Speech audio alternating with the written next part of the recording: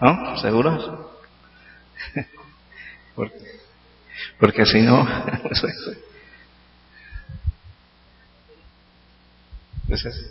Bueno, vamos a ver si funciona. Bien, pues vamos a proseguir con el estudio que iniciamos el jueves pasado sobre la historia de la iglesia congregacional. Y dijimos varias cosas. Lo primero es que para tener una visión global de la iglesia, y cuando hablo de la iglesia me refiero a la iglesia en su sentido más amplio, dijimos que necesitábamos 3 lentes, ¿se acuerdan? El primer lente le llamamos el lente de la Escritura. Necesitamos conocer lo que la palabra de Dios enseña respecto a qué es la iglesia, para qué está la iglesia, cómo se estructura la iglesia, ¿sí?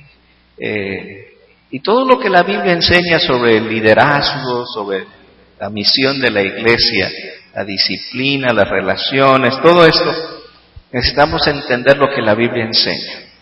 Y dijimos que ese lente de la Escritura nos da los principios, pero también hablábamos de un segundo lente que es la historia, y la historia nos da un sentido de identidad, nos da lecciones sobre por qué la iglesia tiene una personalidad propia, ¿sí?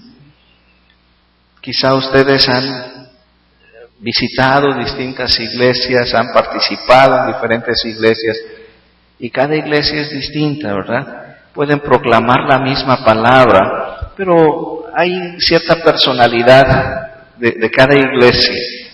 La historia nos dice mucho de por qué cada iglesia tiene una identidad propia. ¿Quiénes la fundaron? ¿Cómo la fundaron? Los énfasis de sus fundadores, ¿verdad? La visión que fueron transmitiendo. Todo eso le va dando a la iglesia una personalidad propia. Y hablábamos de un tercer lente que dijimos que era la cultura. Y la iglesia interactúa con la cultura que la rodea. Y la cultura presenta desafíos a la iglesia. ¿Cómo puede la iglesia, manteniendo su identidad y su fidelidad a la palabra de Dios, responder a los desafíos de la cultura? ¿Sí? Me acuerdo de adolescente que quizá uno de los temas que se discutía en la iglesia donde yo asistiera, que si las damas debían venir a la iglesia en pantalones o no. Y eran debates y cuestiones, ¿verdad?, que ponían ahí los ánimos bastante elevados. Y tal vez eso ya no nos preocupa, ¿verdad? Pero hay otros temas, tal vez temas como la bioética, ¿verdad? Las relaciones que se están dando personas del mismo sexo, matrimonios, adopción de hijos y todas esas cosas que hoy día están allí, ¿verdad? No solo en el medio ambiente, sino en las agendas legislativas de muchos congresos estatales, nacionales. Ahí están, y eso desafía la vida de la iglesia. ¿Cómo va a responder la iglesia ante esto, no? Eran temas que no estaban presentes, pero interactuamos con la cultura, ¿no? Muchos temas que no eran problema años atrás porque no estaban ahí presentes, como decía, temas de bioética, tratamientos médicos que no estaban presentes, que hoy día, ¿verdad?, conocidos, y a veces decimos, ¿qué debo de hacer? Entonces, la cultura le presenta retos a la iglesia, y la iglesia tiene que responder. Entonces, para tener una idea clara de la iglesia necesitamos esos 3 lentes. Y dijimos que íbamos a tomar el segundo lente, el lente de la historia, para ver un poquito ese perfil, esa identidad de la iglesia congregacional. Y para entender un poquito dónde surge todo eso, estuvimos hablando un poco del movimiento de reforma protestante que inicia en 1517 con Martín Lutero, y vimos algunas de las fuerzas formativas de la reforma. Eso es lo que vimos la semana pasada, las fuerzas formativas de la reforma. No vimos una sinopsis cronológica, ¿verdad? Y en la Edad Media, ya decayendo la Edad Media, siglo XV, comienza el Renacimiento y toda la situación que se da en el Renacimiento con un regresar a la cultura clásica grecolatina, las artes, la literatura, todo esto va sembrando, ¿verdad?, el caldo de cultivo donde va a brotar la Reforma. Y ahí está, ¿no? Y vimos las causas de la Reforma y vimos 4 cosas. Bueno, la semana pasada vimos 3: el dogma de la Iglesia, las prácticas eclesiásticas, las prácticas populares, y quedaron pendientes los abusos de la Iglesia, los abusos eclesiásticos.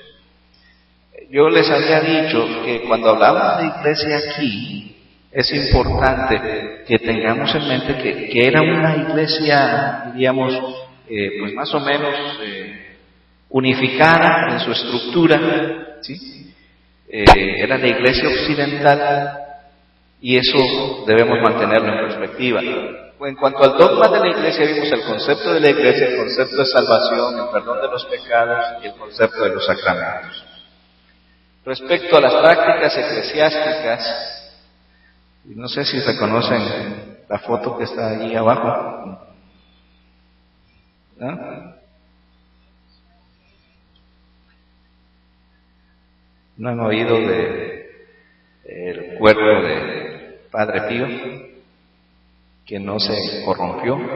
Bueno, es ese cuerpo, ¿verdad? Es objeto de veneración. Absolutismo papal, corrupción del clero y excesos de formalismo, ¿verdad? Algunas de las prácticas eclesiásticas que estaban allí. En prácticas populares, esa foto que ven, a mí en lo personal, es unas cosas que más han impactado. Es de Antigua Guatemala, en fechas de Semana Santa. Y las procesiones que se dan en Antigua Guatemala son impresionantes. Ahí van como 100 hombres por cada lado para poder cargar la llanta donde llevan la imagen de Cristo. ¿Cuánto ha de pesar eso? ¿Verdad? Pero los que cargan pertenecen a cofradías, ¿sí? Es gente que tiene un sentido, que está haciendo eso por algo muy particular, no es nada más que yo voy a ayudar a cargar eso. Hay otras cosas que tal vez en su momento podamos tocar, pero esas son las prácticas populares que a veces vemos, ¿no? ¿Y cuáles eran las prácticas? Mencionamos 2: la intercesión de los santos, que eran creyentes que habían muerto a causa de su fe, ¿sí? Que en el aniversario de su muerte se reunían los creyentes para recordar su ejemplo, su obra, pero conforme va pasando el tiempo comienza a decir que sus méritos eran tantos, ¿verdad?, que era como un cofre de tesoros. Entonces podían invocarlos para que esos méritos, ¿verdad?, pues surtieran efecto también en la vida de aquel que invocaba, y comienza la intercesión de los santos, la Mariología, que tiene que ver con la exaltación de la figura de María, y lo ponemos aquí como práctica popular. Ya desde el siglo II, ¿sí?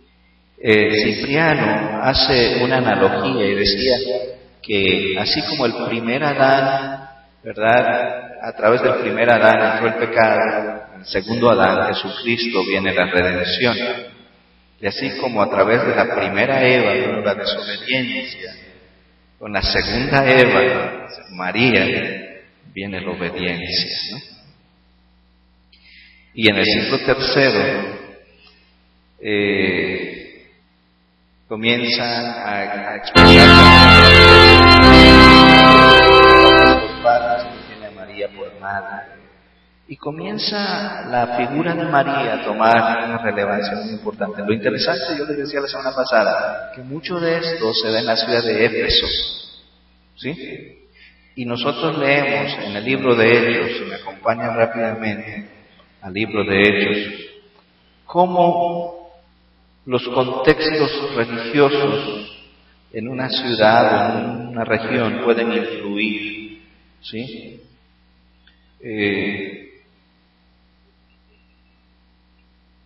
Permítanme un segundito, ¿dónde estoy?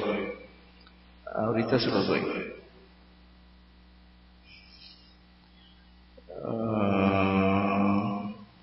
que ser Hechos